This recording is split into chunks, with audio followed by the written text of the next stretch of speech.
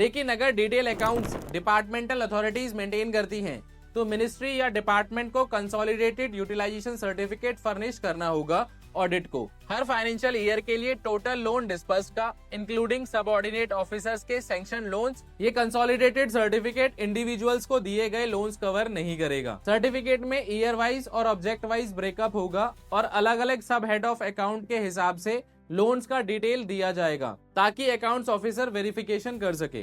Time limit भी rule define करता है। यूटिलाइजेशन सर्टिफिकेट रीजनेबल टाइम के अंदर फर्निश होना चाहिए। Central government department ministry of finance के कंसल्टेशन से टारगेट डेट्स प्रिस्क्राइब करेगा।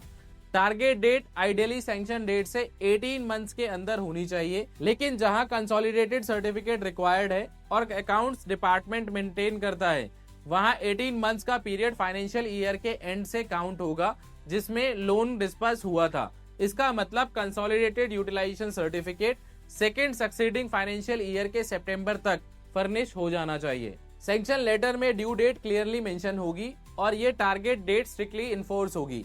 एक्सटेंशन सिर्फ वेरी एक्सेप्शनल केस सर्कमस्टांसेस में अलाउ होगी, वो भी मिनिस्ट्री ऑफ फाइनेंस के कंसल्टेशन से और ऑडिट या अकाउंट्स ऑफिसर को इन्फॉर्म करके। सबसे इंपॉर्टेंट सेफगार्ड ये है कि जब तक सैंक्शनिंग अथॉरिटी सेटिस्फाई नहीं होती कि पहले लोन का प्रॉपर यूटिलाइजेशन हुआ है, तब तक इंस्टीट्यूशन को कोई भी नया लोन सैंक्शन नहीं किया जाएगा। रूल नंबर 256 असल में एक सिंपल मैसेज देता है, लोन देना इजी है लेकिन अकाउंटेबिलिटी और यूटिलाइजेशन प्रूफ के बिना सिस्टम कंप्लीट नहीं होता।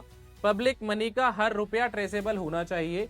अगर पैसा पर्पस के लिए यूज नहीं हुआ तो अगला पैसा नहीं मिलेगा। ये रूल फाइनेंशियल डिसिप्लिन का बैकबोन है।